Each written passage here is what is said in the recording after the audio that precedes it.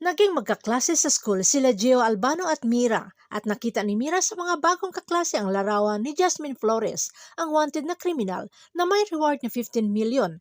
At nakita rin ni Mira ang larawan nitong ni Jasmine at titig na titig itong si Gio at sa pagtatanong ni Mira ay napag-alaman na itong si Jasmine Flores pala ang pumatay sa tatay ni Gio na si Max Albano. Samantala, pumunta si Jasmine Flores o Lavender Fields kina Iris para makita ang anak niyang si Angel.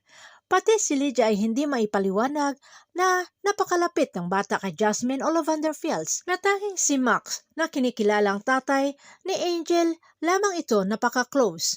Walang kaalam-alam si Lydia na itong si Angel at Jasmine Flores na nagtatago sa katawan ni Lavender Fields ay totoong mag-ina. Samantala, niyaya naman ni Iris itong si Lavender Fields na may puntahan sila na mahalagang bagay.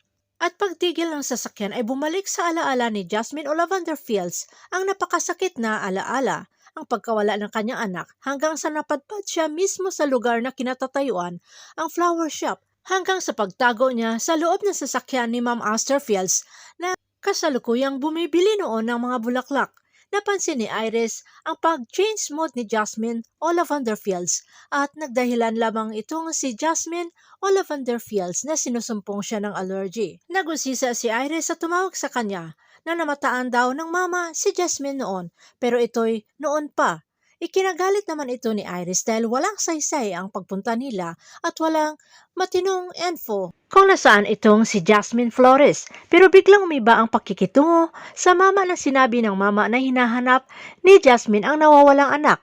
May nabuong plano si Iris at sinabi niya ito kay Jasmine o Lavender Fields na hahanapin niya kung nasaan ang bata para gamitin ito laban kay Jasmine Flores.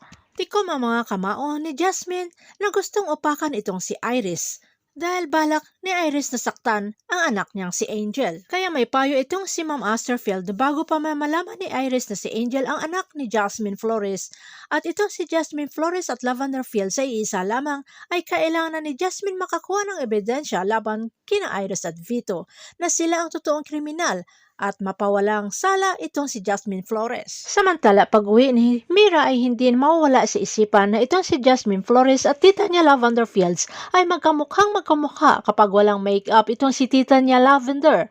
Kahit anong giit ni Tommy na di hamak na maganda naman itong si tita niya Love ay hindi mawala sa isip ni Mira, lalo na kasama niya ito sa bahay. Hindi naman makaimik itong si Dahlia na pinagbalaan na hindi ito magsalita ang tungkol dito sa kay Jasmine Flores. Sasabihin kaya ni Mira kay Gio ang tungkol kay tita niya Lavender Fields? Abangan na lang natin ang susunod na episode dito sa Lavender Fields.